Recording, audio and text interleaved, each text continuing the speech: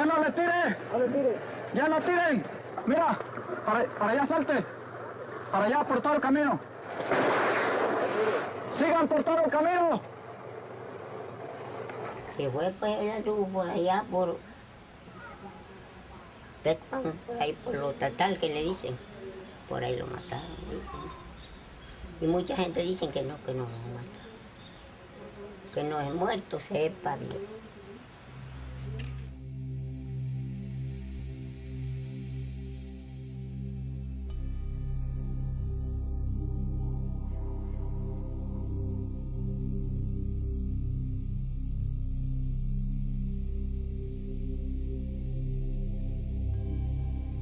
Y que se recuperó un tiempo de que después, al ver las situaciones tan injustas que se pasaban por aquí, que iba a regresar.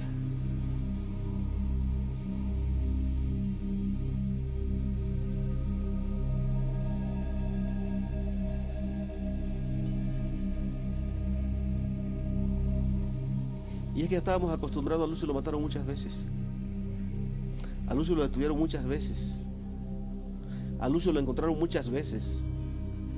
Y pues la única vez que lo mataron fue la última.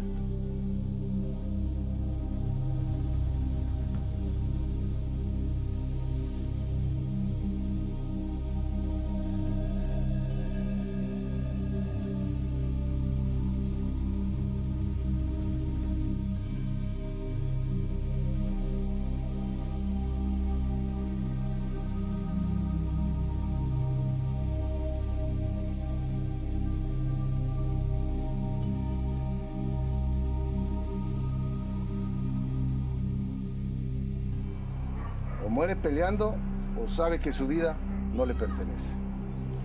Ese es el criterio revolucionario. Una gente que se va a la guerrilla, se va por conciencia, se va por defender una causa justa, ¿no? Y no todos tenemos los pantalones para poder agarrar las armas y luchar y dar la vida por la gente pobre, pues. Más que conocimientos teóricos ni la fregada, nada. Simplemente que tuviera uno el espíritu de querer luchar, de querer buscar una nueva forma de vida.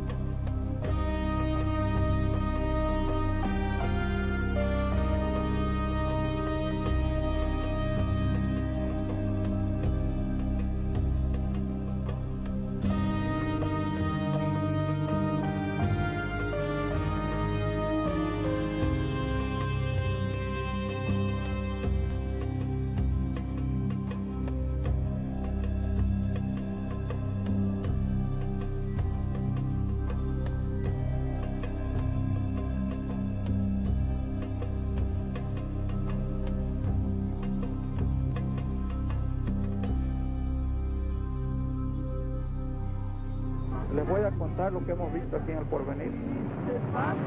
Cuando yo nací, bueno, ya que crecíamos, nos trajeron caminando por aquí, por este caminito, con mi abuela Aldegunda, fuimos a visitar estas casas.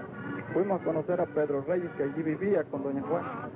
Pobrecito, pobrecito, comiendo frijolitos, ahí nos dieron frijolitos también, mi abuela. ¿Cuántos años habrá de eso? Hace como 20 o 25 años. Regresamos, están iguales. Fuimos 3 hermanos de papá y mamá, del señor Cesario Cabañas Iturio y de la señora Rafaela Gervasio Barrientos. Pues mis padres, yo pienso que se conocieron en la sierra, porque después de los movimientos revolucionarios, cuando mi abuelo Pablo Cabañas Macedo anduvo allá en la sierra. Mi madre se separó de mi papá cuando yo cumplía más o menos año y medio. Pasados 5 años, mi madre se vuelve a casar.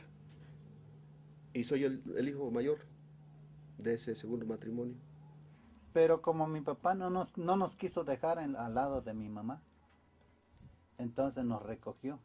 Y yo fui a dar más o menos al año o año y medio con mi familia paterna. Lucio empieza a buscarnos a partir de la muerte de su papá. Lucio nunca estableció la diferencia de parentescos entre él y los demás hermanos. Lucio llevaba bien con todos nosotros y nos hacía travesuras a nosotros. Era muy bailador. Le gustaba ir a los bailes. Y lo perseguían las muchachas, pero con ganas. Siempre, los amigos lo seguían, yo creo que por eso. Porque siempre andaban riéndose. Rara la vez se le vio triste a Lucio. Excepto cuando muere mi abuela. Y que llegamos a ver a mi mamá, mi hermano. Fue cuando lo vi llorar yo una vez. Que bueno, no entendíamos por qué había tanta hambre, por qué había gentes que ni siquiera llevaban zapatos, había gente descalza. Nosotros mucho tiempo anduvimos descalzo. Y comentábamos que por qué había gente que mataba a la demás gente, que por qué los gobiernos eran tan malos. Recuerdo que platicábamos eso. Le digo, no, pues quién sabe, le decía yo, porque yo tampoco lo entiendo. Pero él se adentró mucho en el problema. Se metió mucho al problema de pensar, de querer descubrir por qué había tantas injusticias. Él vio morir pues enterrar a mi padre, a mis tíos. Todo eso lo vivimos nosotros. A veces amanecían muertos nomás, balaceados, y no sabían de quién. Lógicamente, pues sabíamos que era la policía, porque la policía se dedicaba a eso por órdenes de la autoridad, y pues también porque había un ricachón que le pagaba a la policía para que le quitaran a alguien de en medio. Y la historia de Guerrero es esta historia, la historia de los muertos a la mala, la historia de los matones y de los matados, la historia de los caciques, la historia de los grandes personajes terribles, la historia de los héroes trágicos. Esta idea de que los guerrerenses no mueren de muerte natural, esta idea de que hay fantasmas que recorren todos los pueblos, todos los barrios, de que Guerrero es un camposanto, un camposanto de muertos a la mala que penan por su postergado afán libertario. Y en esta construcción de Guerrero como un estado, en realidad es la construcción de la heredad de los caciques de Guerrero, de los caciques de la región, que decidieron construirse un estado para gobernarlo, que decidieron construirse un estado para ser ellos los dueños de la entidad, y que se lo disputaron por años y años, dejando cadenas de muertos en el esfuerzo. Existe en el estado de Guerrero esta situación del hombre violento, el hombre comprometido con una causa a partir de los agravios históricos que se han generado. Entonces, este cacicazgo que nunca pudo ir acorde con los cambios que se van produciendo generacionales, que van tratando igual al abuelo que al padre y al nieto. Sin embargo, esto no cambia, y si no cambia, se va generando una huella de agravios que son fáciles de prender con una propuesta de rebelión en contra de esta situación.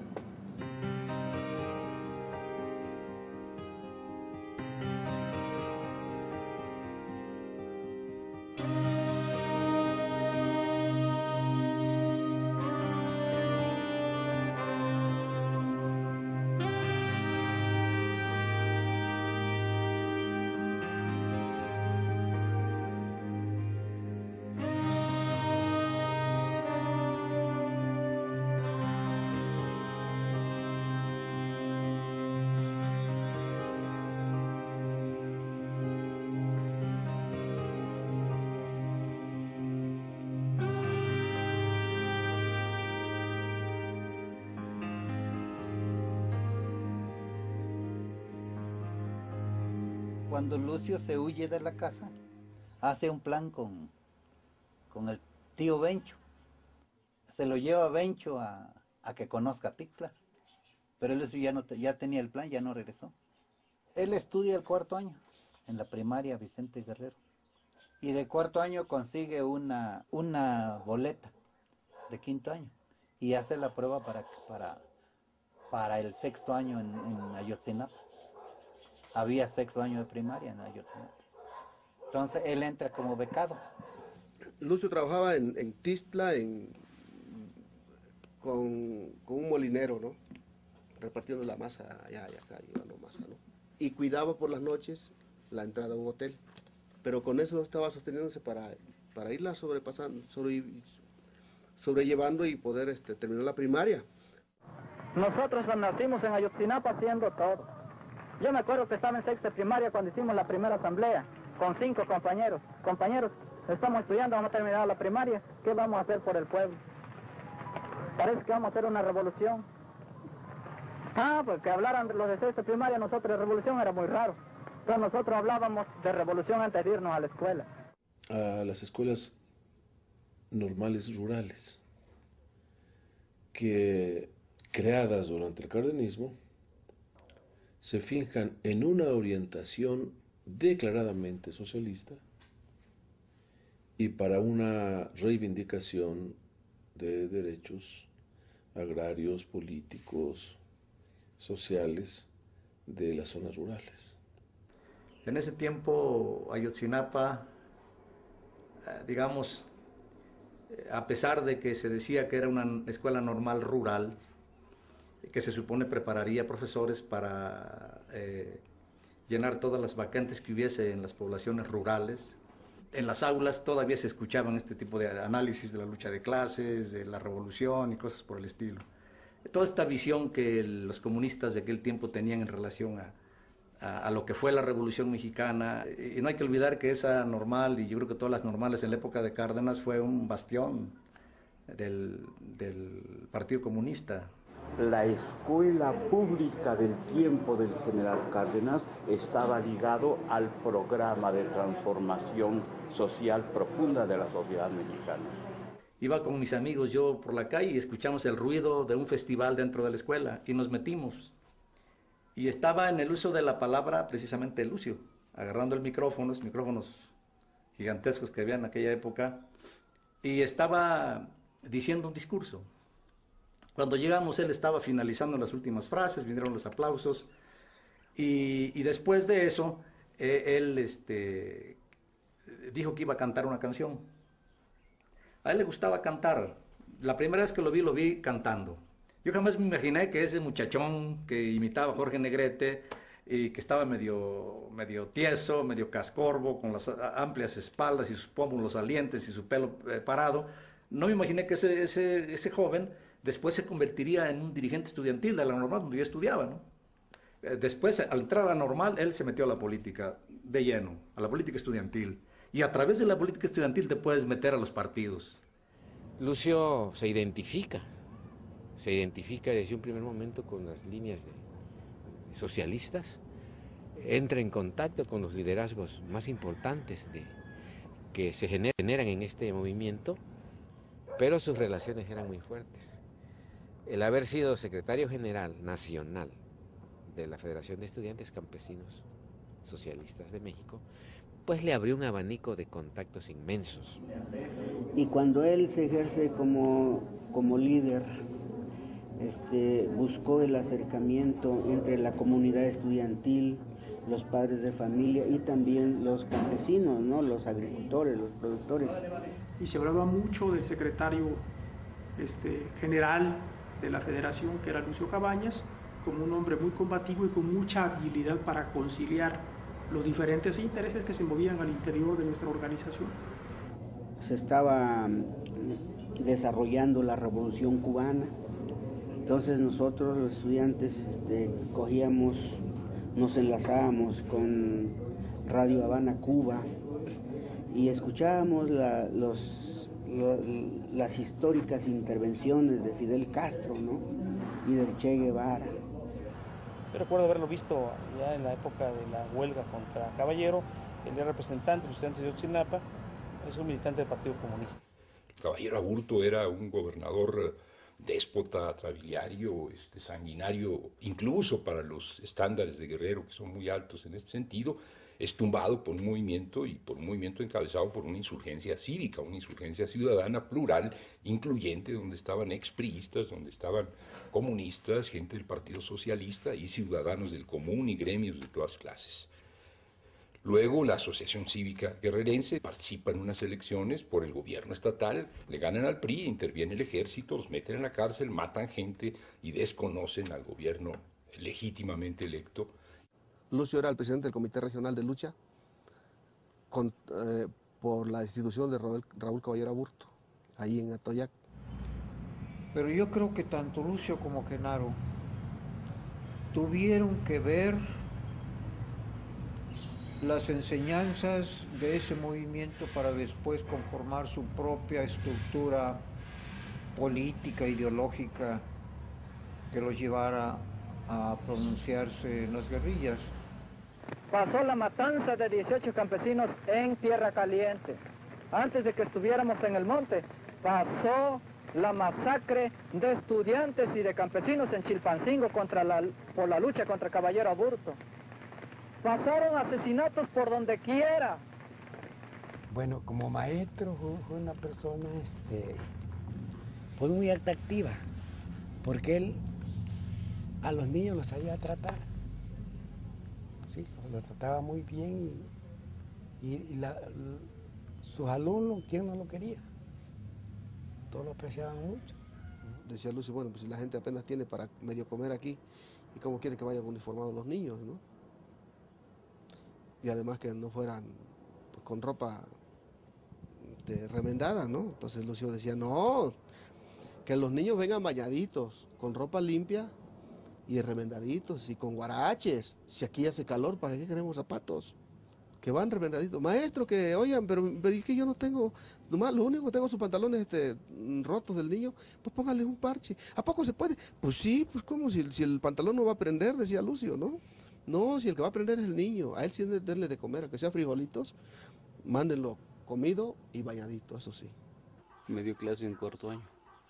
Lo seguíamos mucho porque nos gustaba, que le gustaba tocar la guitarra. Y le gustaba cantar, estar tocando. Y entonces nos íbamos con él donde vivía, él rentaba una casita. Y ahí convivíamos. Y el profesor nos mandaba a comprar las tortillas, los chiles, los tomates, y comíamos con él. Ahí ponía una olla de frijol y a darle. Lo único que nos decía que teníamos que superarnos, teníamos que estudiar. Él hablaba mucho de la igualdad. Para ese tiempo nosotros estábamos ya organizando el sindicato. Estábamos peleando por dirigir el sindicato en la zona escolar de la ciudad de Atoyac. Lo logramos al poco tiempo. Y enterados de que estaba este amigo con la experiencia que ya traía de la FEX a nivel nacional, creímos que debía incorporarse a este equipo de dirección del sindicato para seguir trabajando y seguir ganando delegaciones sindicales en toda la Costa Grande. Nuestro proyecto era copar la Costa Grande con comités democráticos, digamos, sindicales.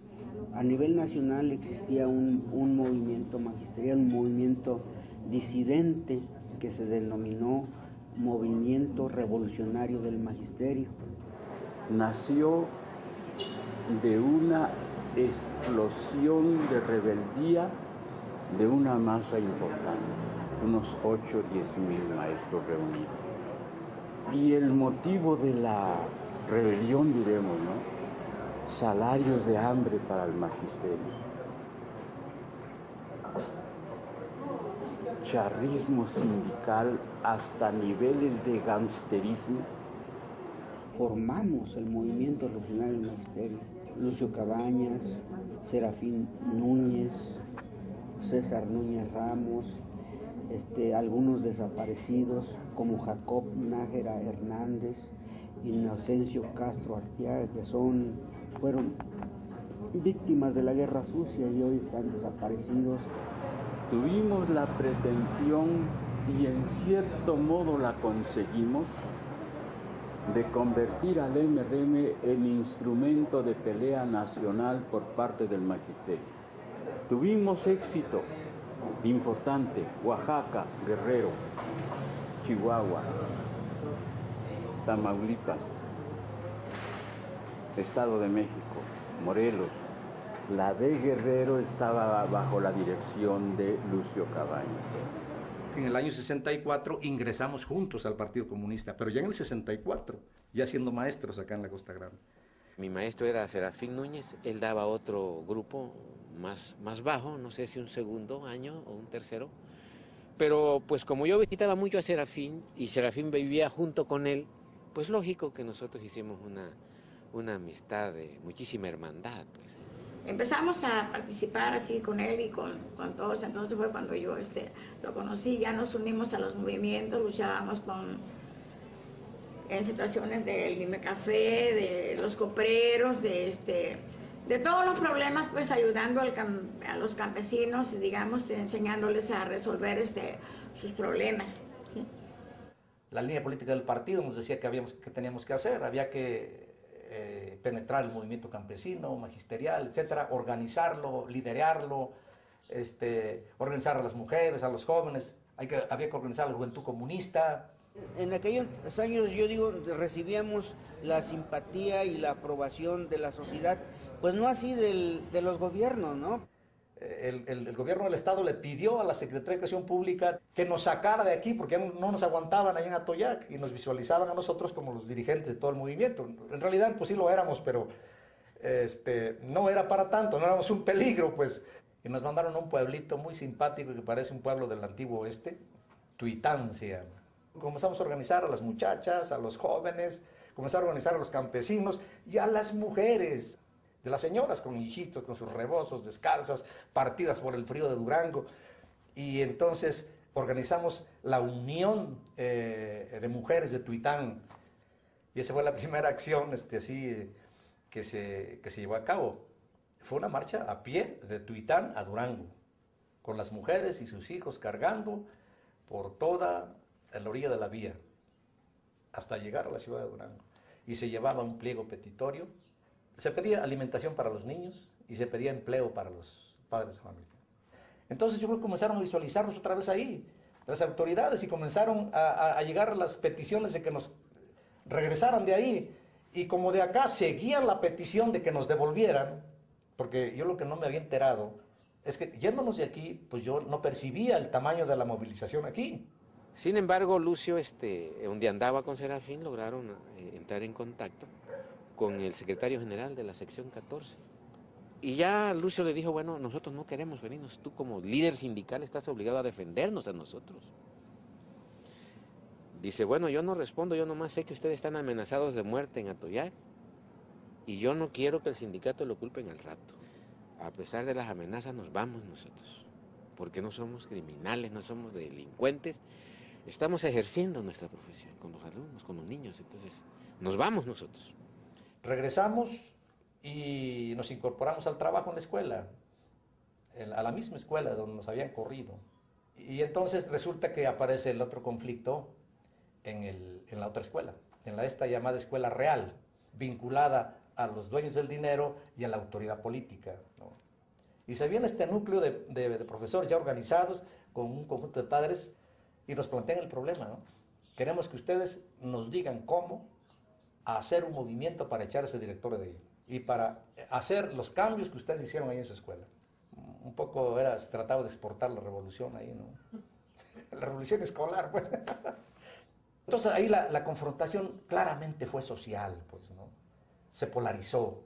De plano, los que dirigían el movimiento éramos nosotros, éramos los dos. Y de pronto yo me vi con una pistola en el cinto. ¿Cómo llegó a mis manos? Pues recuerdo que alguien me la dio. ¿Y esto qué? No, pues es que hay la idea por ahí, se oyen los rumores de que a ti y a Lucio los van a matar. Pero Lucio manejaba el arma bien, pues él estaba familiarizado con ellas. Él se ponía, estaba con el micrófono hablando hacia el ayuntamiento, con la cara hacia allá, dando la espalda hacia acá, y entonces yo me ponía espalda con él para estar vigilando hacia atrás, ¿no? Y en un momento dado yo lo veía que estaba con el micrófono aquí y con la otra mano atrás. es decir, como agarrando el arma, pues. Que había maestros del pueblo que estamos dispuestos a orientarles no solo en la educación, sino en su lucha como partes del pueblo, padres, familia, partes del pueblo, contra todo el régimen, contra el gobierno, contra la clase rica. Y nos metimos con los problemas, contra las compañías madereras, contra el ayuntamiento, contra la explotación de los ricos allí en Atoyac, y se creó el movimiento. Entonces fue que se enojó don gobierno y nos mandó un montón de judiciales y nos hicieron una matanza el 18 de mayo.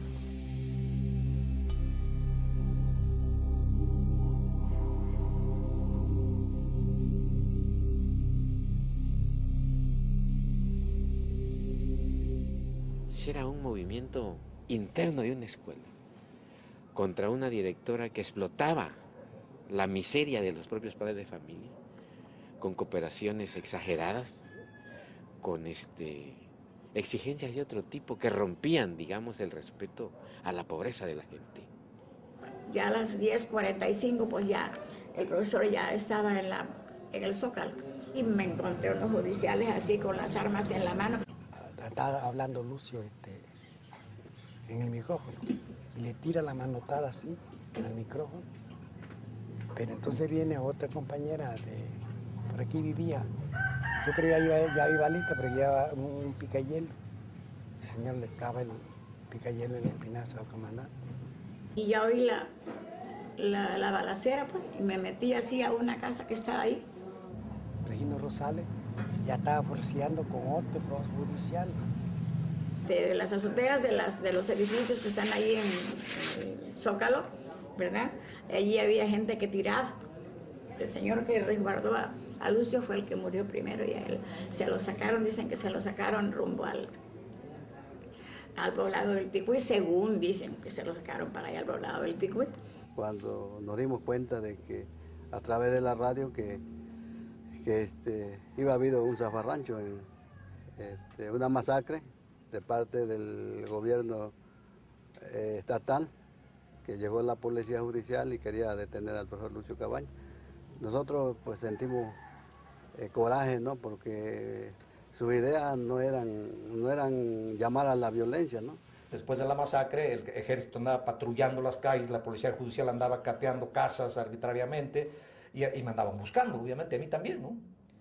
Compañero que murió allí en la matanza el 18 de mayo, el compañero Regino Rosales, el compañero Arcadio Martínez, el compañero Chano Castro, el compañero Prisciliano Telles y la compañera Isabel Gómez, que estaba embarazada y todavía la fueron a levantar y se le movía el niño en la barriga.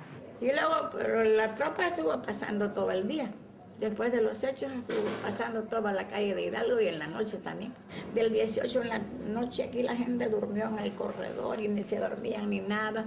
Y la gente traía cosas a regalar para la gente que estaba resguardando pues aquí la casa y muchos no sabían que estaba aquí el profesor.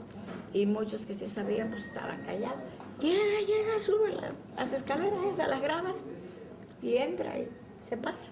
Se preocupa de la matanza de los compañeros, muy indignado, muy corajudo y muy sentido. Aquí durmió, a otro día amaneció.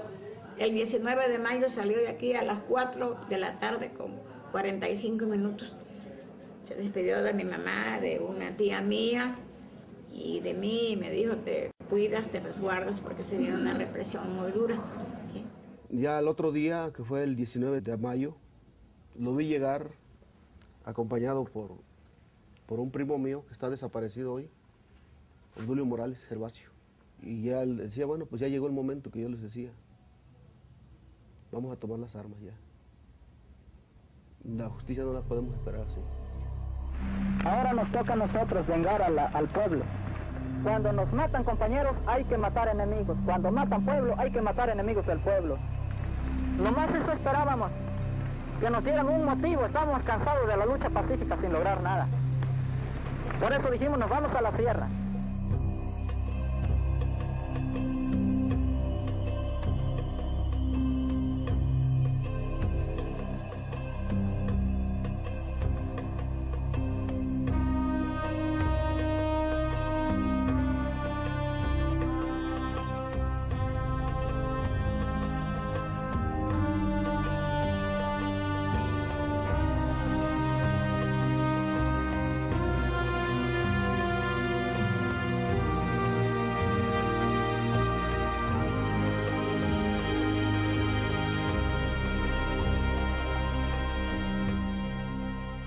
Y los primeros años de Lucio en la sierra de ninguna manera fueron los años de una guerrilla. Sí, eran los años de un grupo de luchadores sociales, pues luchando por sobrevivir, por mantenerse vivos. Estrellan un riflito, 2 riflitos, y eso los usaban para cazar animalitos para comer, ¿no? Eso me lo platicó a mí Lucio. Días y noches sin comer y sin dormir, porque había que estar en unos lugares caminando a pie muy lejos y regresarse para evitar quedar en región, en áreas donde no nos convenía, que cerca de Coyuca no llegamos, pero estaba tan pobre, estaban más fregados que nosotros en comida, no tenían de comer nada. A Lucio un matrimonio le ofreció de comer. Dice, no, compañera, es que ya comí hace ratito y teníamos como 3 días sin comer, ¿no? Que pues ahí las tareas eran parejas, ¿no? Tanto hombre como mujer teníamos las mismas obligaciones a las comisiones que se ponían. Pues comisiones, algunos de cocina, a otros de tener alguna visita a algún rancho, algún poblado, de ir a encontrar a alguien si iba a llegar a alguien, y todos, o sea, todos teníamos las tareas parejas, ¿no? Muchos muchachos pues no sabían hacer tortilla y hacían unas memelas pero bien panzonas, bien ombligonas, que hasta las teníamos que rebanar porque no se cocían tan fácil, ¿no? Primero me dan una pistola y me dan mis 2 tortillas, pero así, gruesotas, y el plato con frijoles, que al momento de caerle al plato hasta sonaba, ¿no? Porque a veces no los dejaban ni cocerlos bien porque el tiempo también. Lo que le daban a uno, pues si le sobraban, pues tenía uno que guardarlo, porque pues había momentos en que no había ni cómo siquiera comer algo, ¿no? Ya conocí ahí aquí al compañero, a Josafat. Ahí también se tenía que pedir permiso para ser novios. Ahí llegan ellos y pues se hace la reunión de todos los días a eso de las 7 de la noche. Presentan a ellos, que pues vecinos y que compañeros de los pueblos, y bueno, ahí fue cuando yo la conozco. Y luego ellos se retiran y en la tarde nos dicen que fuéramos al pueblo porque iban a hacer algo así como un convivio pues en honor a nosotros, y me encuentro otra vez que estaba ahí ella. O sea, no sabía que se había ido. Entonces llegamos y encontramos que estaban ahí ellos. Hacen un bailecito allí y con esos tocadiscos de esos de pilas, ¿no? En general Lucio siempre usó camisa blanca, manga larga. Y cuando alguna vez en la guerrilla llegó a usar camisa manga corta porque esa le llevaban, pues ya no podía comprárselas, ¿verdad? Luego hacía broma, ¿no? Era mi brazo, ¿no?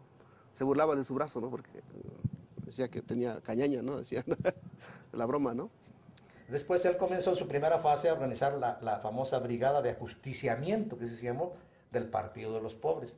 Y nótese aquí esto de Partido de los Pobres, este pobrismo, es característico del pensamiento de él, ¿no? Yo creo que tiene que ver con la polarización de la sociedad en esa región, ¿no? Estaban los pobres y los ricos, y en medio no había nada, pues. Así. Y como para hacer que la gente lo entendiera, ¿de qué partido eres? Soy el Partido de los Pobres. Aún antes de la guerrilla se hablaba de eso, ¿no? Los pobres y los ricos. Pues nunca habló de socialismo, nunca habló de marxismo, nunca habló de una sociedad comunista. Él hablaba de pobrismo. O sea, él creía tener una ideología propia, ¿sí?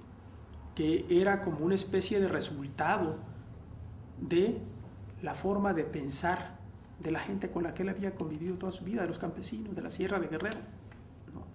Y a esa forma de pensar rebelde, enemiga de los caciques, enemiga del ejército, ¿sí?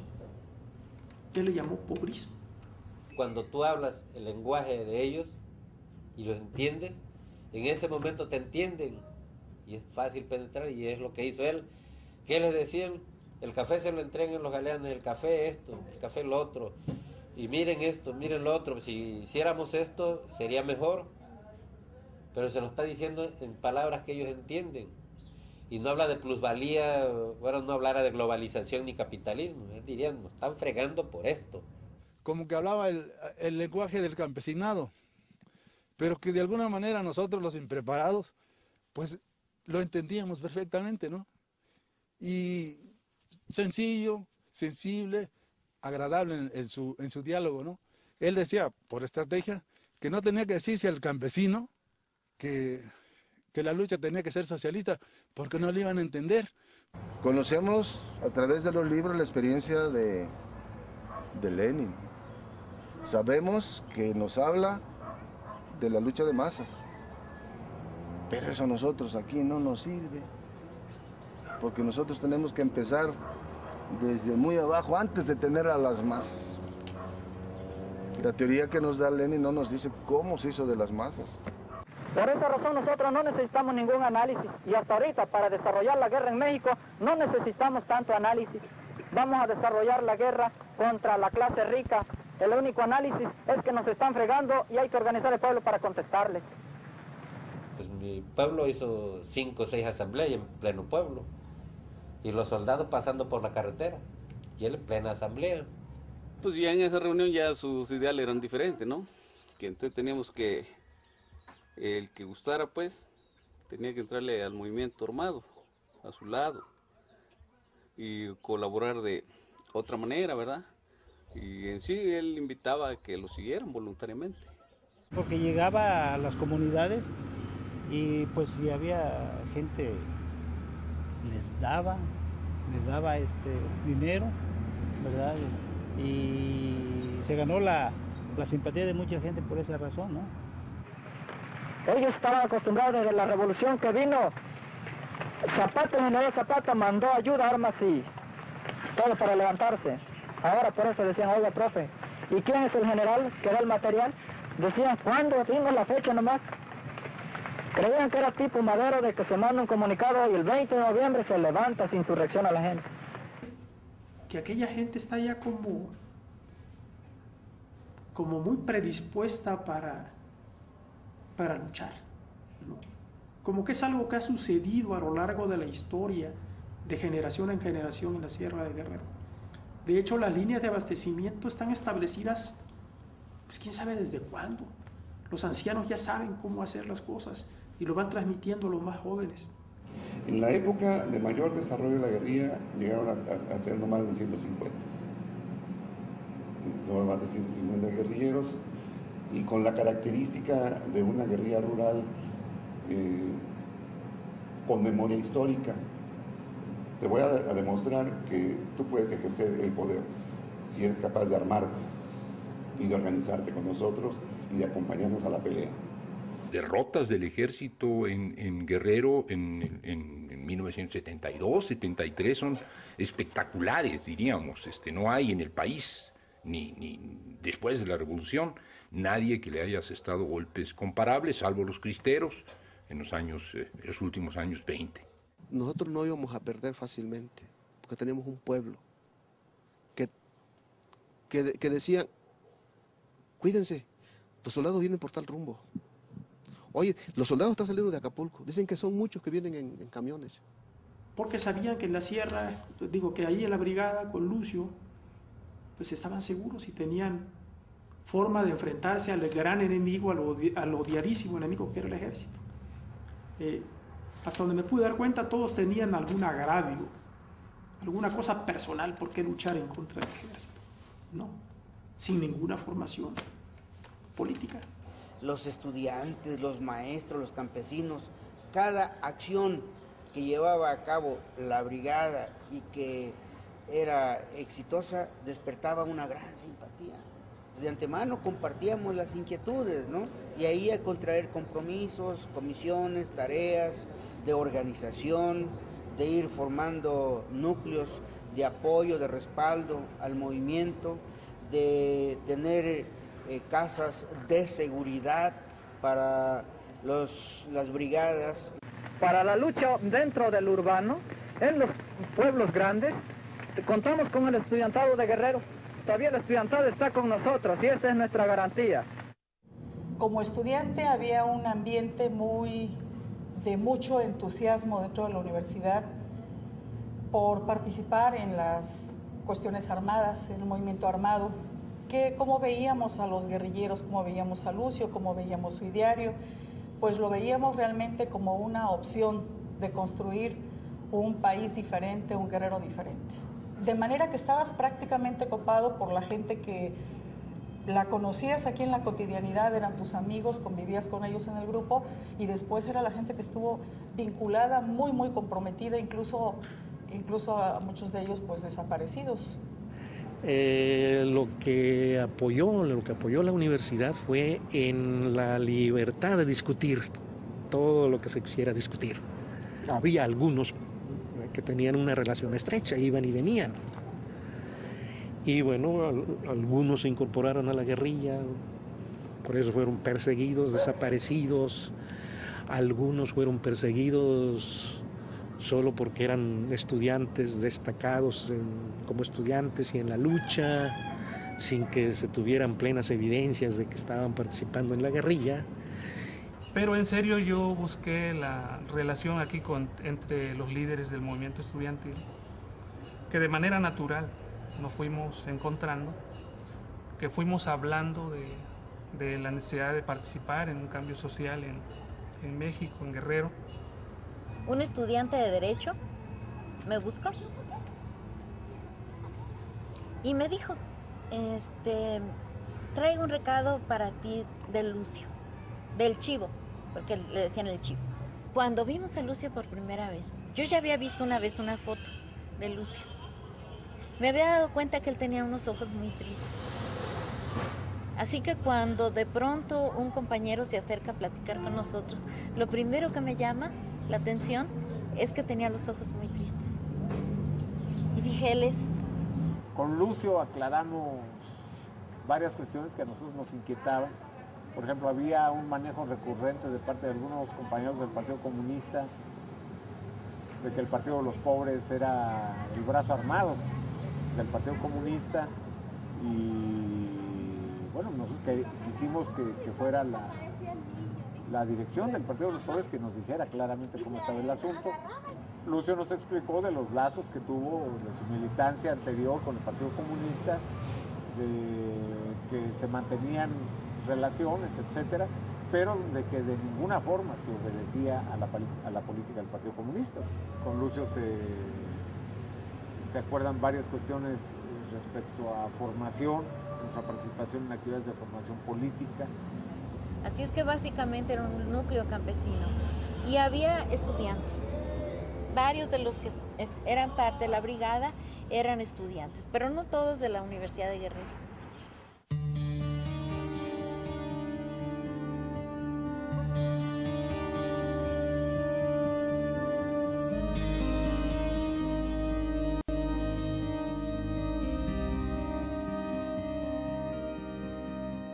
En el caso de los guerrilleros urbanos, deriva fundamentalmente de la ruptura que significó el movimiento de 1968.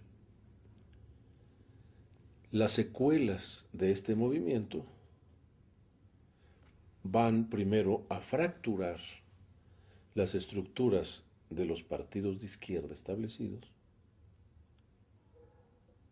y después a convertirse en un proyecto de transformación del país que primero por las armas y después por el periodo de amnistía finalmente va a conseguir su objetivo: establecer las reformas políticas que han ido cambiando al país a finales de siglo. El ejemplo del 10 de junio y del 2 de octubre, pero otros más como el movimiento alcoprero y toda la cuestión de Guerrero, nos hacían ver que como no había límite en el uso de armas por parte del Estado, decíamos, bueno, pues entonces si ellos están actuando así, nosotros tenemos que entonces tener una participación de ese tipo, ¿no? Nuestra visión del mundo en aquel entonces es que la revolución estaba a la vuelta de la esquina. Teníamos una visión sobre la gravedad de los hechos por los que estábamos atravesando socialmente hablando, y nos estábamos convirtiendo o empezando a involucrar en tareas que eran auténticamente peligrosas y subversivas. El MAR se había fundado en 66 en Moscú, ¿no? Y ya una de las tareas principales era buscar un país que nos entrenara al grupo. Cuba no aceptó, Vietnam estaba en guerra, se habló con los argelinos, tampoco no aceptaron finalmente. Y bueno, y los coreanos les pareció interesante y llegamos allá a Corea. El primer grupo eran 10 gentes, el segundo grupo fuimos 17, pero fue un entrenamiento militar fundamentalmente, ¿no? Pues para saber manejar las armas, saber de emboscadas, saber de artefactos bélicos, en fin, de toda esta cuestión. En el Espartaco se planteaba una revolución de masas, no una revolución, un intento de echar a andar la revolución por unos cuantos individuos. Eran discrepancias que se tenían con los cubanos. Se desata el movimiento de 68, entonces la primera manifestación grande que se hace, yo yendo a buscar la revolución a Cuba, ¿no? Cuando la revolución está aquí, ¿no? Y uno cree que deberá ser la revolución y que el gobierno va a caer y todo esto, pues, estaba totalmente equivocado, ¿no? Después del movimiento del 68, donde muchos de nosotros nos enfrentamos a la violencia del Estado, pensamos que no hay otro camino en este país más que la guerra. Las matanzas del gobierno nos educaron. Ellos fueron los que nos educaron en cuanto a que se trataba de violencia, o sea que nadie tenía pensado matar a nadie. Lo veíamos como un paso natural, ¿no? Ahora, indudablemente que no teníamos la visión, estábamos jóvenes, además, aunque no hubiéramos estado tan jóvenes, de ver todos los alcances, lo que significaba el movimiento armado, sus consecuencias, su lógica, lo que vendría después.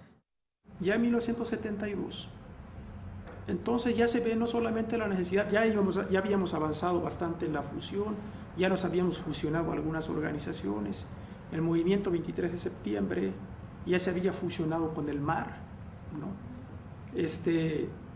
Los procesos ya estaban fusionados también con nosotros, y entonces se ve la necesidad de politizar y organizar la guerrilla de Guerrero, ayudar a Lucio a resolver eso. O sea, que pasara de ser una guerrilla campesina a una guerrilla revolucionaria socialista. Decíamos que las dos sierras, la Sierra Madre Occidental y la Sierra Madre Oriental del país, iban a ser las dos grandes carreteras del movimiento revolucionario del país, ¿no? Por ahí iba a transitar el ejército revolucionario, ¿sí? Y Lucio ya estaba avanzado, más bien estaba ya posicionado, ¿no? Era líder identificado, sobre todo a partir de que matan a Genaro, ¿no? Queda solo Lucio. Entonces, bueno, ya está ahí Lucio, ya tiene una organización, ya tiene una base social amplísima, que lo ha mantenido durante años ahí, ¿sí? Vamos a fortalecer aquella organización. Vamos a partir de ahí para hacer el ejército. Y vamos allá a entrenarnos, ¿no? Todos. Y después a dispersarnos. Y es lo que se pretende hacer con Lucio, es decir, ir a presentarle el programa, las propuestas, qué queremos para el país. Eso básicamente están contenidas en un documento que elabora Ignacio Salas Obregón. O sea, él decía, vamos a politizar a los compañeros que forman la Brigada Campesina de Ajusticiamiento, vamos a desarrollarlos teóricamente. Pero yo tenía muchas dudas, yo le decía a Ignacio, oye, pero ¿en serio piensas que pueden estar de acuerdo? ¿Piensas que los van a entender? Porque ve el nivel cultural, pues ellos son campesinos, yo creo que ni siquiera saben leer ni escribir, muchos, ¿no? Entonces, ¿tú crees que pueda suceder todo eso que me estás diciendo? Pues eso lo tenemos que lograr, decía, tenemos que hacer todo eso y dar esa discusión y sobre todo convencer a Lucio y no sé qué. Le digo, bueno, pues, pero varias veces le preguntaba, a ver, platícame otra vez cómo está eso de que podemos convencerlos. Caminamos, subimos mucho y de pronto empezamos a bajar. Y no nada, de la que pues, no se veía nada más que los árboles y árboles, las copas de los árboles. Pues allá sumergidos abajo de toda esa exuberancia, a la orilla de siempre los campamentos y todo el tiempo que yo estuve allá fueron sobre los ríos, a la orilla de los ríos, de muchos arroyos que hay en la sierra, o había entonces en la sierra. Ahí está, el multicolor, visión ahí de techos de plástico, ¿no? Con las hamacas colgando abajo, que eran los lugares de cada guerrillero, ¿no? Las mochilas, los fusiles, y pues compañeros por todos lados, algunos de ellos guisando, estaban preparando la comida, casi en la orilla del campamento, ¿no? Estaba en su hamaca, con un libro, y ya se paró, se levantó de su hamaca, ya nos presentó. Y ya teníamos mucha idea de cómo era físicamente Lucio nosotros, pero la verdad no nos imaginamos que fuera tan aparentemente vulnerable físicamente, sí. Era muy flaquillo, como medio pálido. Y pues ahí estaban los temibles guerrilleros que acababan de ejecutarse la segunda emboscada y que eran perseguidos ahora sí, pero en serio, ¿no? Por miles y miles de soldados, súper equipados, helicópteros, todo. En la sierra, en la brigada, había que hablar en secreto, así, o sea, susurrando siempre las palabras, pues para que no nos fueran a escuchar, porque en la selva, en los bosques, se lleva los sonidos muy fácilmente el viento y puede escucharse incluso a kilómetros una voz, ¿no? Y tampoco hacíamos humo. O sea, cuando se guisaba, alguien estaba esparciendo el humo de tal manera que no alcanzara a trascender la cúspide del follaje, ¿no? Y a veces sacaba una Biblia y les leía pasajes de la Biblia, diciendo que era como Cristo este movimiento, o sea, un movimiento que buscaba pues digamos una mejor forma de vivir de los campesinos. Se emocionaba tanto que lloraba. Después de que ellos empezaron a llegar y empezaron a querer mangonear, e incluso querían ellos tomar el mando del grupo armado. La liga, el mismo mar, no tenían base social. Y además les costaba mucho trabajo entender que había que saberse ganar el pueblo. Es toda una enseñanza cuando la gente no es de ahí. Para nosotros no era tan difícil porque nosotros ahí nacimos. La revolución socialista va a venir del sector obrero, ese va a ser el eje, digamos el sector principal que va a movilizarse para hacer unos cambios, ¿no? Y entonces los campesinos pues van como a acompañar, porque tienen que una ideología pequeña burguesa, están más preocupados por la tierra. Bueno, eso es lo que va a impedir la relación. Esto dio pie a cierta aspereza, ¿no? Y se fueron profundizando conforme llegaron otro tipo de gentes como gente de la partidaria, que posteriormente fue la Liga Comunista 23 de septiembre. Pero los conocedores, que era la Liga 23 de septiembre, pues ellos sí se introducían demasiado, ¿no? Y se apasionaban con sus discusiones y sus montón de palabreríos que soltaban. Pero lo que más influyó fue la cuestión de cómo decíamos las cosas y cómo las defendíamos. O sea, éramos muy intolerantes, ¿sí? Intolerantes en cuanto a la posibilidad de hacer puentes con ideas de otro tipo, ¿no? Ya teníamos marcado nuestro marco y era difícil que nos moviéramos de ahí, no nos movíamos. Pero alegaban mucho, ¿no? Que vamos a estudiar el Estado burgués y que vamos a estudiar el desarrollo capitalista en el mundo para que la gente sepa y entienda, pues no va a salir de donde está. Entonces la diferencia era un poco eso, la forma de concebir una lucha revolucionaria con un lenguaje apropiado. Todos los días a las 7 de la noche había una asamblea, la asamblea de la brigada, donde se discutía lo que se iba a hacer, el programa del día siguiente, ¿no? Programa por demás elemental. O sea, a quién le toca hacer la comida, a quién le toca ir por determinada información, a quién le toca ir al barrio fulano a traer maíz o a traer un puerco. Sí. O sea, ese tipo de tareas que permitían que aquello se mantuviera y funcionara, es lo que se discutía en la asamblea, ¿no? O sea, nunca ideas, ¿no? Eso no estaba jamás en la agenda, ¿no? En esas reuniones de las 7 de la noche se empieza a cuestionar a Lucio Cabañas. El proceso de radicalización de los movimientos campesinos no deriva de una catequesis ideológica ni de una lectura. El movimiento campesino tiene una continuidad generacional y tiene sus raíces en la posesión de la tierra. La mayor parte de los campesinos que luchaban por tierra en Chihuahua, en Sonora o en Durango habían tenido como abuelos a combatientes de la División del Norte. Y Lucio Cabañas venía de un general zapatista. Estamos hablando de una continuidad de luchas populares en los dos casos. Para el discurso del MAR o de la Liga, el concepto de Estado era el enemigo a vencer. Y para los guerrilleros de Lucio, el enemigo a vencer tenía nombre y apellido. No eran conceptos, eran poderes concretos, regionales, visibles. Un día le dice al Solín precisamente, dice, oye Solín, ¿tú ya entendiste lo que se discutió? Ah, sí, yo ya entendí, dijo Solín. A ver, ¿qué es el Estado?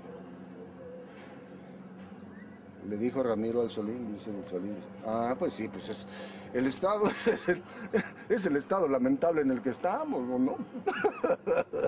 Cada parte tenía razón desde la lógica de su propio discurso. Eran discursos absolutamente incompatibles, excluyentes.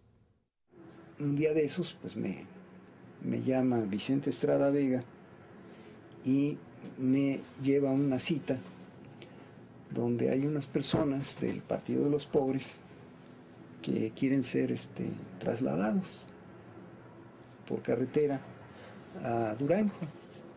Entonces me plantean a mí la tarea. Nunca me dicen que es Lucio Cabañas, pero como ya el otro compañero me había insinuado, pues yo deduzco rápidamente que la persona que me presentan es Lucio Cabañas. Al día siguiente llevo a Lucio Cabañas a Durango y ahí se mueve, conoce gentes del movimiento revolucionario, del movimiento popular. Luego lo llevé a no me acuerdo si primero fuimos a Veracruz. Lo llevé a Veracruz y a Michoacán.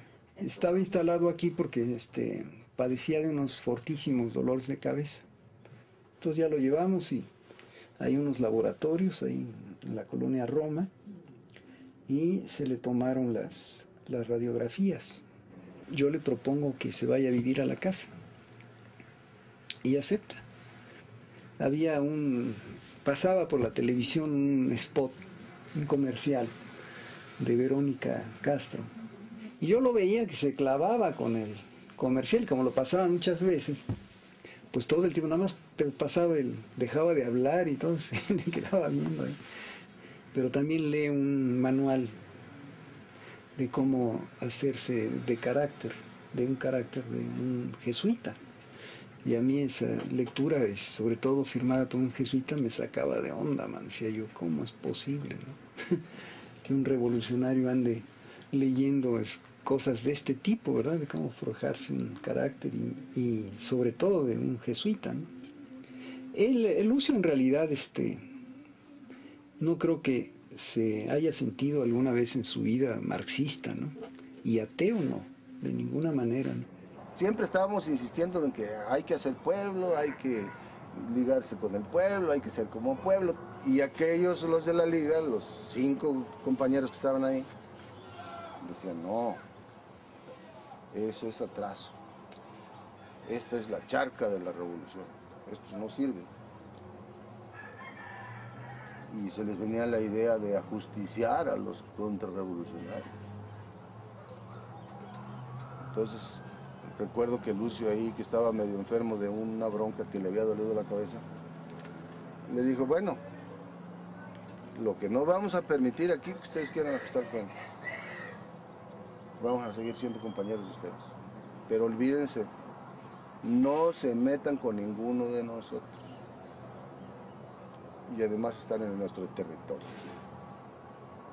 Entonces eso no se permitió, pues desde un principio, incluso Lucio los dijo, y esa fue al final de cuentas una de las cosas que obligaron a expulsarlos, a todos ellos. Esa decisión, pues yo creo que es unilateral, o sea, no es comentada con nadie, lo recibimos de sorpresa, pero eso hace también que tenga repercusiones al interior de la brigada, porque pues no nos llevábamos bien con todo, ¿no? Y entonces empiezan así como eso que planteas de amenazas veladas y que nos quieren desarmar y que otros que no nos dejen ir. Desde el momento en que en una asamblea te dicen a las 8 de la mañana, ya no queremos nada con ustedes, tienen que salir, pues ya la tensión es máxima, ¿no? Y un poco antes de salir nosotros se empezó a discutir lo del secuestro de Figueroa.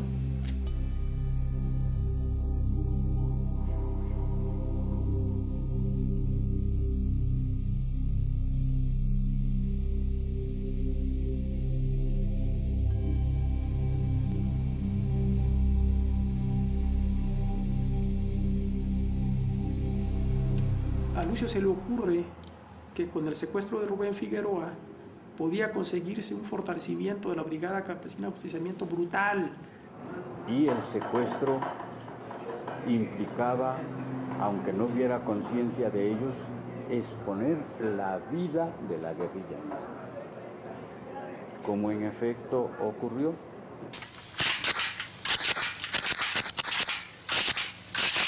De todos los gobernadores que han venido aquí, solo 4 han terminado su mandato, porque es un estado muy difícil de gobernar. Viene Figueroa y ya viene repartiendo tierritas, rompiéndole allí un amparo al mismo gobernador, viene allí peleándose con ciertos ricos, viene hablando bien de Genaro y viene pidiendo entrevista conmigo en lo personal, así es que viene un compañero, entre comillas, así se le pone a los falsos, ¿no? Viene un compañero, entre comillas, allí a hablar con los revolucionarios, quiere la paz. Y viene el nombre Echeverría, a ver qué quieren los revolucionarios. Y este señor viene a hacer muchas dádivas al pueblo, máquinas de coser, molinitos y todo lo que se está dando, para que la gente se contente y vea que el gobernador es bueno. Y mucha gente se va a engañar. Vamos a sufrir debilitamiento con Rubén Figueroa. Las noticias de Cabañas eran muy contradictorias y muy diversas. Gentes del gobierno decían que se trataba de un loco, que no tenía ningún respaldo, que no tenía quien lo siguiera. Pero la verdad es que yo sí me cercioré de que sí tenía un grupo y bastante fuerte. Y entonces yo pensé que no podía haber 2 gobernadores, uno en la sierra y otro aquí en Chilpancingo. Se le recibe a un lado de Tecpan de Caliana y se empieza a subir para la sierra rumbo al barrio del Aguacatoso, cuando la brigada se divide en 2, una de 25 compañeros, integrada por el compañero Lucio y 3 de la dirección, para recibir a Rubén Figueroa, y ahí se inicia el diálogo. El otro grupo de compañeros que lo componían, un promedio de 40, 45 compañeros, se destacamentó como a 1,5 kilómetros de donde estaba el grupo que mantenía a Figueroa. Ya empezaron a surgir los guerrilleros como salidos de la entraña de la tierra. Pasaron aproximadamente 500 bien armados y luego desfilaron grupos sin armas y con armas, más de 1000. Llegando allí, por cierto, nos desarmaron en el acto. Él nos declaró presos indefinidamente, o sea, secuestrados. No, pues cuando vio a Lucio, mi querido Lucio, le dio el abrazo a Lucio y pues Lucio se quedó así con las manos, ¿no? Con su rifle en el hombro, ¿no? Que tu guerrilla, que no, que estos sí son hombres, que luchan. Insistió Figueroa en apoyar a todos sus muchachos, a Lucio pues, a él designar 500,000 pesos mensuales para su guerrilla y que el Partido de los Pobres fuera legal y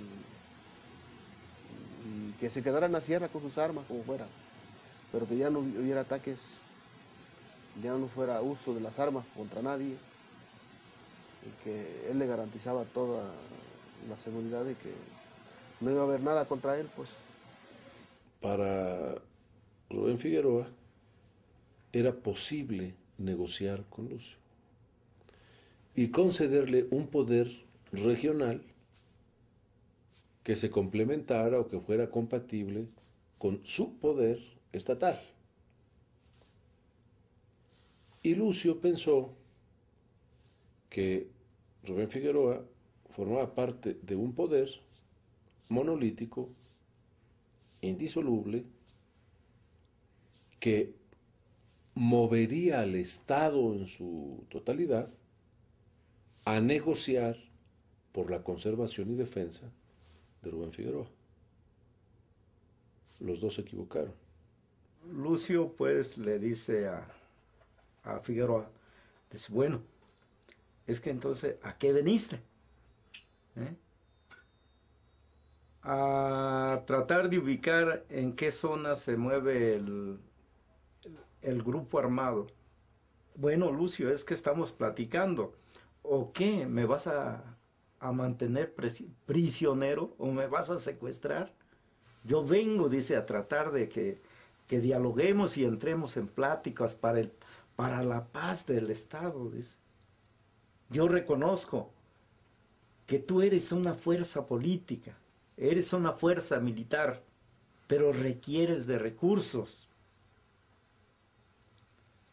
Dice, yo te los puedo ayudar, te los puedo dar.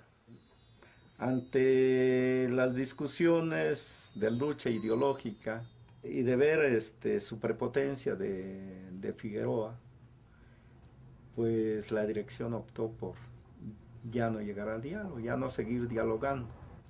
Ante el cerco militar de todos los pueblos y barrios, prácticamente se nos termina toda la alimentación porque estábamos en una zona de no influencia. La gente iba a trabajar y como iban su noche para trabajar allá para comer a mediodía, y el gobierno pues pensaba que ya le llevaban la alimentación para Lucio, al profesor Lucio. Pues la gente ya no podía salir a trabajar porque ya para ir a Toya dice que pues no dejaban que pasaran mucho combustible, pues, que no dejaban pasar mucho para acá porque pensaba que ya le traían a Lucio. Hay muchas maneras de ganar la guerra. A la guerrilla la ganaban también hambriándola, ¿no? Se trata de realizar una labor de cerco y aniquilamiento. Y la labor de cerco y aniquilamiento lo mencionaban, aquello de quitarle el agua al pez. Y si al pez se le quita el agua, es decir, el apoyo social, pues se muere. Y a Lucio Cabañas, de diferentes maneras, le fueron restando las bases de apoyo real o potencial que tenía. Se toma la decisión que el grupo mayoritario, que lo componíamos con más de 40 compañeros, se hiciera cargo del cuidado de Rubén Figueroa y 14 compañeros generar un movimiento de ataques militares. De allí partieron los compañeros a realizar las acciones militares con el compañero Lucio, 14 compañeros. Y y el grueso del grupo se traslada rumbo al oriente. Se pedía una determinada cantidad de armas, ¿no? Para el movimiento, una determinada cantidad de dinero, la libertad de todos los presos en el Estado, ¿no? En el país de todos los presos políticos y en el Estado de todos los presos, incluyendo los delincuentes comunes, ¿no? Cuando estuvo en la casa, él me dijo, cuando el secuestro del cónsul León Hardy en Guadalajara, el gobierno soltó a varios de los presos políticos. Él me dijo, no, cuando yo tenga un pez gordo, voy a pedir que liberen a todos los presos políticos, a todos. Y incluso dice, también a los presos comunes. Entonces, le digo, oye Lucio, pero yo creo que va a llegar un momento en que el gobierno no va a soltar nada, sea quien sea el que tengan ustedes agarrado. No, pues yo voy a saber, me dice. Me contestó que él sabría qué hacer. Cuando vimos que no era posible la libertad de los presos, optamos por bueno, si no va a haber libertad de presos, por lo menos que haya dinero, ¿no? Para continuar nosotros nuestro trabajo, nuestro proyecto, y ver de otro modo cómo seguimos luchando por la libertad de los presos, ¿sí? Y esa fue la última parte del plan. Siempre estuvo así ya en los últimos tiempos. Antes de que secuestraran a Figueroa ya había muchos soldados, ya había un número muy fuerte de soldados. Y aún así no llegaban a cubrir toda la sierra. Y a nosotros nos va a buscar Gorgonio para pedirnos que seamos nosotros los que recibamos el dinero, ¿no? Y yo ahí sí esa vez dije, no, aquí sí pinto mi raya, ¿no? Lucio planteó siempre el respeto de la vida de ambas personas, o sea, de Rubén, Febronio, Gloria y de Luis y Pascual. Se pensó también en que habría pues solidaridad en el país, particularmente con los diferentes núcleos armados que se estaban desarrollando en aquellos años. Ninguna de estas organizaciones dio una respuesta ni política ni militar para distraer las fuerzas del enemigo en la sierra. Cometimos muchos errores, éramos muy inexpertos nosotros con respecto a lo que es todo el arte de la guerra, diríamos, ¿no? Por una parte, ¿no? Realmente no previmos la ofensiva. Confiamos en que el gobierno federal no iba a lanzar la ofensiva que hizo, ¿no? Que lanzó.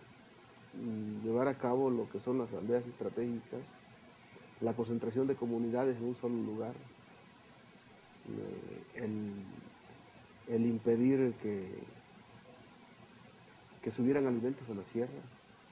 El secuestro dura prácticamente 3 meses.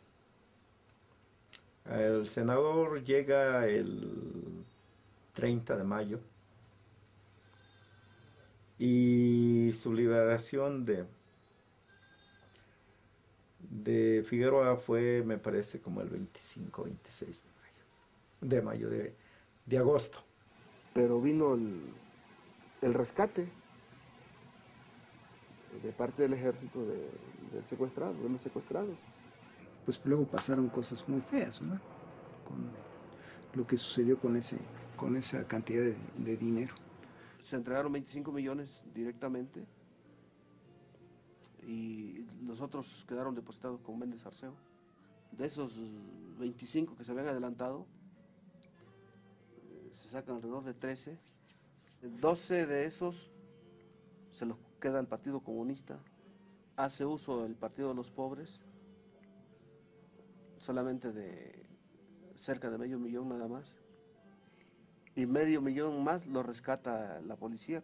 La familia de Figueroa, con el apoyo del Estado, vienen a recoger los otros 25 en depósito. ¿Cómo ese dinero no sirve finalmente al Partido de los Pobres? ¿Qué tenía que venir a ser el dinero de la guerrilla a mano del partido? Los efectos del movimiento de los billetes fueron verdaderamente liquidadores para el Partido Comunista. Se toma la decisión de acabar a toda costa con la insurrección. En ese momento, la única autoridad en el Estado era el ejército. Y las únicas decisiones que se tomaban en el Estado eran las tomadas por el ejército. Estamos hablando de un experimento de gobierno militar en una parte de la República. El terrorismo es fascista, es expresión de falta de apoyo popular. No encontrará otro maestro que le haga el secuestro y nos meta en los cuentos de hoy, cuentos de dolor. Y es gran valor ajusticiar al tirano que estafa y mata.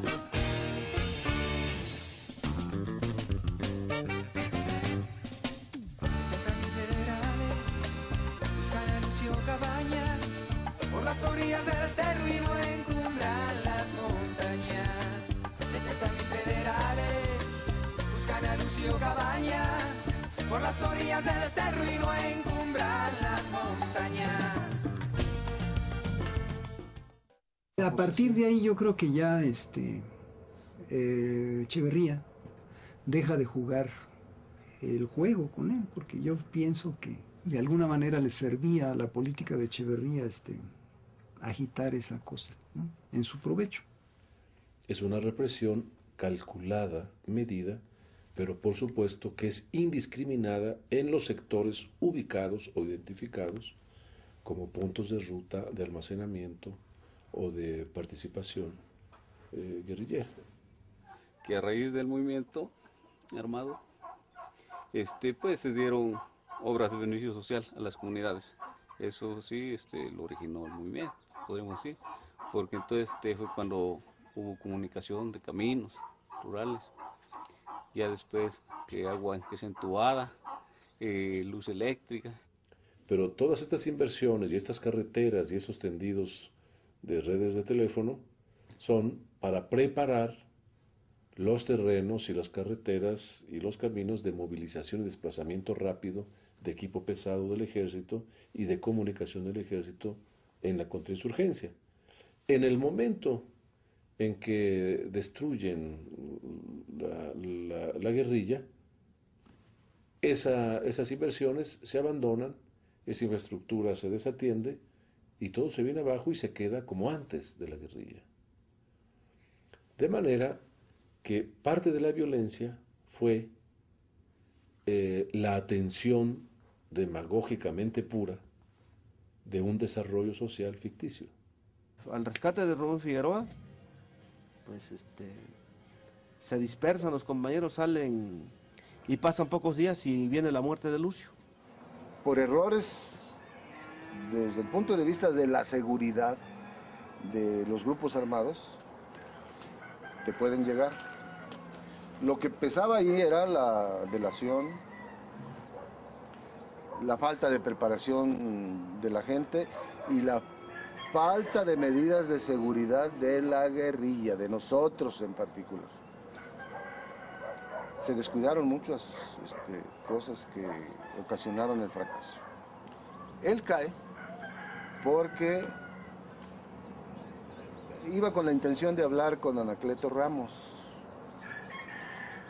que era un dirigente que siempre presumía de ser contrario al gobierno, aunque en realidad era gente que la tenían muy maiciada, como se dice. Entonces el que pasa información a los militares ahí es el comisariado y dice: Isabel Ramos se anda moviendo muy sospechosamente.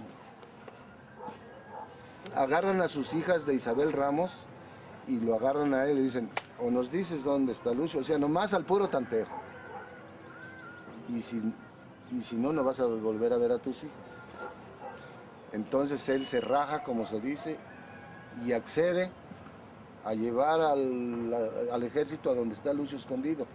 Se detienen en un cafetal. Isabel Ramos se mete a ver a Lucio, a ver al grupo. Había 7 hombres en ese momento ahí. Y le dice a Lucio que él va a ir a una comisión también y que quiere que lo acompañe un compañero que estaba ahí, porque era de su familia. Y Lucio accede. Dice, bueno, pues te lo vas a llevar, que se vaya. Entonces Isabel le salva la vida a su pariente. Y entonces entran los soldados y los rodean. Yo creo que los trancazos ahí han de haber empezado antes de las 9 tantito. Para las 9:20, 9:30 de la mañana, Lucio ya estaba muerto. No fue una cosa que haya sido consecuencia de que cargaron la guachada. Fue una delación. Era lo que le apostaba al ejército. El ejército siempre le apuesta a las delaciones y todos los muertos que hubo fueron por delaciones. ¿Se ha podido determinar cuál fue la causa o cuál fue la bala que causó la muerte a Lucio Cabañas? Este es el orificio de entrada. Sí. Con otro orificio de salida. Esta lesión rompió la arteria axilar con trayectoria hacia arriba y hacia la izquierda. Señor gobernador, ¿está totalmente desintegrado el grupo del delincuente Lucio Cabañas? Absolutamente. Y repito, debemos felicitar a nuestro ejército, a los elementos de la 27 Zona Militar por la acción llevada adelante desde su comandante y todos los oficiales y la tropa. Lucio, a pesar de que estaba herido y todo, permitió de que se rompieran el cerco y se salvaran los más jóvenes, y los otros se quedaron a morir, porque Lucio no podía vivir. Si no hubiera sido traicionado, quién sabe cómo se escribiera, porque él ya no era nada más en Atoyán, ya estaba en Tecpan, Petatlán, Cihuatanejo, en Coyuca, ya se estaba metiendo hacia la zona de Tierra Caliente. Su crecimiento, su grupo iba en expansión. Y pues lo sepultaron clandestinamente aquí en el panteón, pero mi mamá fue muy celosa y estuvimos custodiando la tumba por muchos años. Y sobre él sepultaron a alguien en caja. Después, ¿verdad? Se dio cuenta una persona, pero naturalmente no podía decir nada. La tumba de Lucio Cabañas estuvo resguardada por el ejército durante varios años.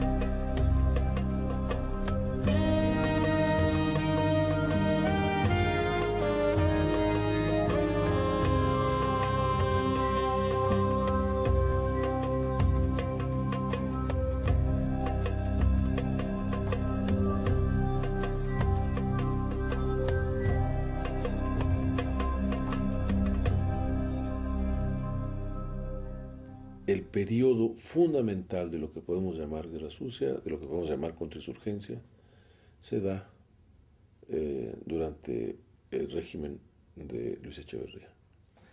Como no se ha hecho justicia, como los torturadores, los asesinos siguen paseando por las calles, como las tretas legales siguen impidiendo que se haga justicia en este país, se quiere justificar. En México no existió la guerra sucia, existió la guerra de baja intensidad. No fue una parte del Estado la que atacó o atentó, torturó o secuestró, fue el Estado mismo. El presidente de la República era el que dictaba las órdenes para desaparecer gente o para asesinar gente, para ir en busca de Lucio para atacar o asesinar o controlar los espacios en Guerrero. Se trata, sin lugar a dudas, según los manuales de guerra, ¿no?, a una guerra de baja intensidad. El gobierno, en una guerra interna, el gobierno está obligado a respetar las vidas de aquellos que agarró con vida. Y eso fue precisamente lo que no hizo, por eso se llama guerra sucia. No respetó la vida de los que agarró presos. Si hubo una guerra, bueno, el gobierno se defendió porque era contra el sistema, la guerra, correcto, pero no solamente se defendió, sino que jugó sucio. La inmensa mayoría de los que murieron después de que los agarraron con vida. Eso es quizá el costo que yo diría que habrá que señalar que es imperdonable. Si el monopolio de la violencia del Estado es un monopolio legítimo, no es un monopolio no solamente legítimo, sino también legal, bueno, pues lo cierto es que se combatió de manera ilegal a los guerrilleros, ¿no? Y ese combate también estaba mostrando que había espacios de ilegitimidad, de no credibilidad en el Estado, ¿no? Porque hubo más sectores de la sociedad que, aunque no eran pro-guerrilleros, estaban en contra de la guerra sucia, ¿no? Entonces se plantea de que si vamos a hacer un balance, hay que ver las bajas y heridos de los dos bandos, pero los dos bandos yo creo que no estaban en igualdad, ¿no?, de circunstancias. El poder real lo tenía el Estado. Nosotros, porque éramos muy jóvenes y porque no vimos otro camino, ¿sí?, porque éramos jóvenes muy apasionados, ¿no?, muy decididos, pero éramos producto de una sociedad, ¿no?, que nos condujo inevitablemente a eso, ¿no? Pero la respuesta del Estado frente a un grupo de niños, casi de jovencitos, pues es totalmente estúpida e irracional, ¿no?, aniquilarlos, ¿sí?, acabarlos a torturas y a balazos y a golpes. ¿Qué fue lo que hicieron? Yo no creo que se sintió vulnerable en términos de que la guerrilla rural y urbana en México hayan amenazado la seguridad del Estado, ¿no?, o la seguridad del gobierno en turno. Yo creo que más bien fueron acciones de carácter preventivo, es decir, evitar que los focos guerrilleros muy localizados, por ejemplo en Guerrero y en algunas ciudades del país, que era básicamente el DF, Monterrey o Guadalajara, donde había comandos de guerrilla urbana, estos comandos establecieran relaciones con movimientos sociales independientes al corporativismo sindical, es decir, que hubiera alguna vinculación, que hubiera posibilidades de que huelgas o manifestaciones de carácter pacífico se articularan con la guerrilla. Si ustedes se dan cuenta y ven el listado de desaparecidos, ahí los apellidos van de más a menos. Los Barrientos, por decirte algo, es creo el número mayor. Luego los Cabañas, los Herbacios, los Flores, los Fierros, los Dionisios. Por eso me buscaban los federales, no porque sabían que era mi sobrino y que llegaba aquí. Pues yo qué culpa tengo, yo no lo mandé a que anduviera haciendo eso.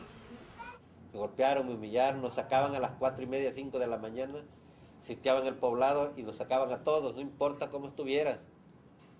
Y te sacaban de tu casa y la registraban y a la cancha. ¿Qué esperaban encontrar con la gente pacífica? Nada, porque el que tiene problemas sabe dónde refugiarse, sabe dónde ir, ni modo que me vaya a pelear contra los militares.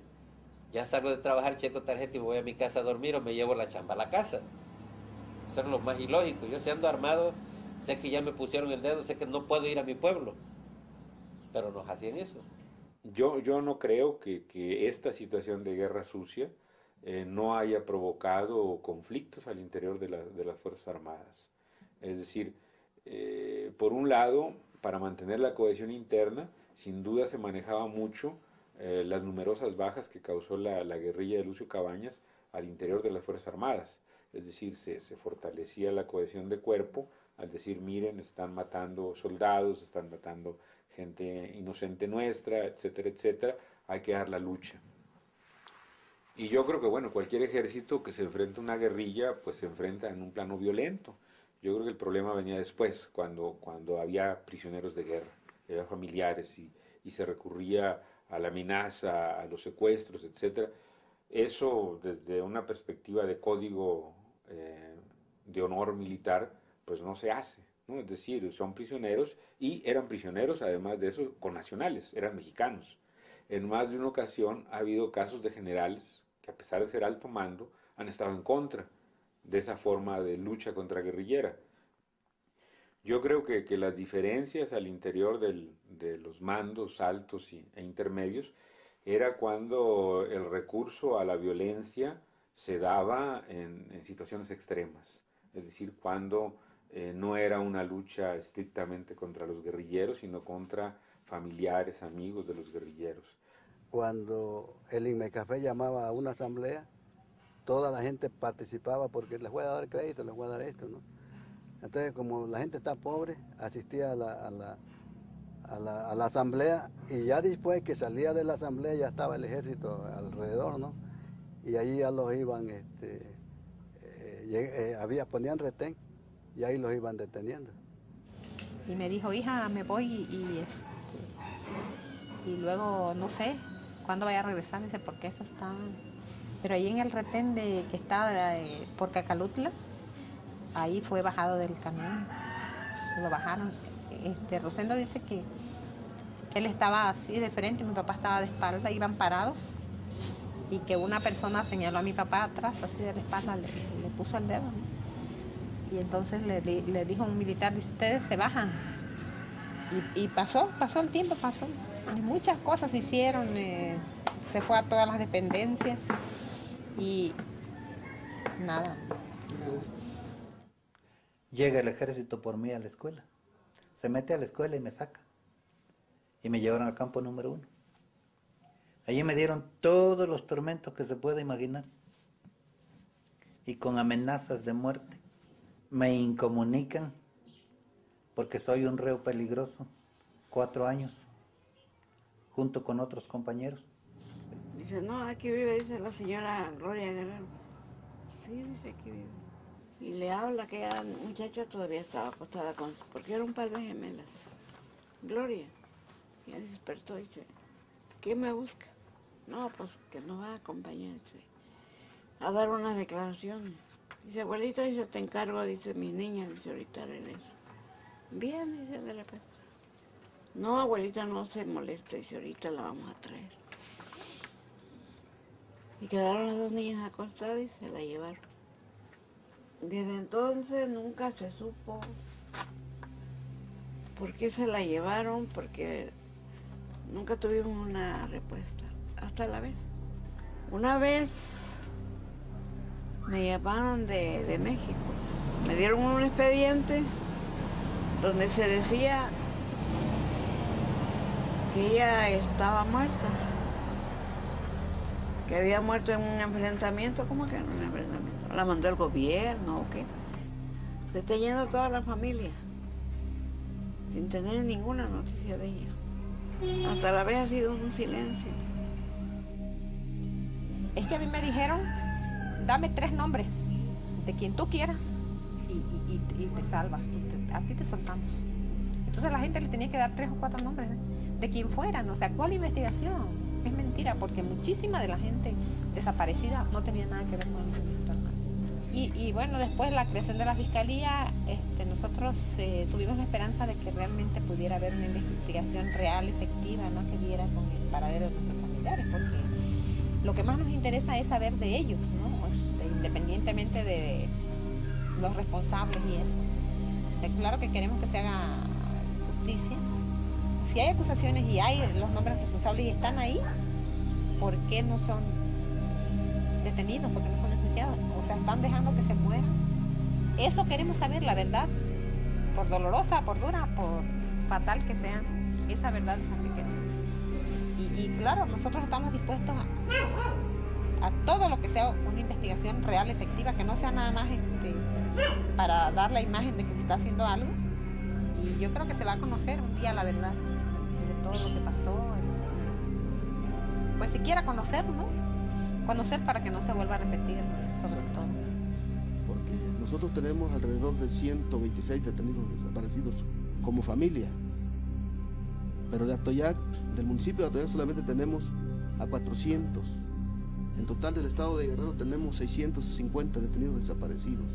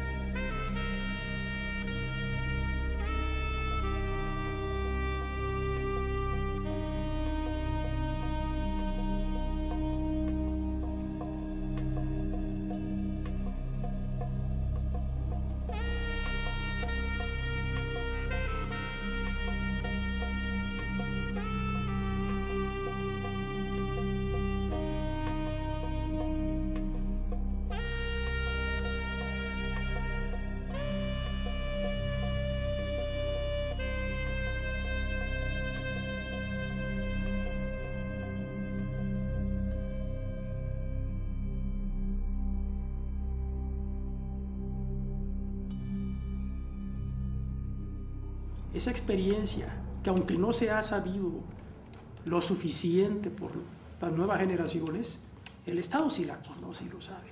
Y el Estado actúa en mucho democráticamente ahora porque sabe lo que sucede cuando no lo hace así, ¿no? Entonces, por eso yo estoy convencido de que independientemente de los propósitos que haya tenido y de la forma en que se haya resuelto la guerra sucia de los 70s, la verdad es que esta experiencia sirve de base y sirve para que el país sea ahora como es. Yo creo que esta fuerza de estos jóvenes, ese ímpetu de los jóvenes que dieron su vida sin pedir nada a cambio, contribuyó indiscutiblemente a que este país cambiara, ¿no? Y eso fue un precio muy alto, pero creo que vale la pena. A lo mejor lo estoy diciendo porque yo estoy vivo, pero yo creo que sí, ¿no? Bueno.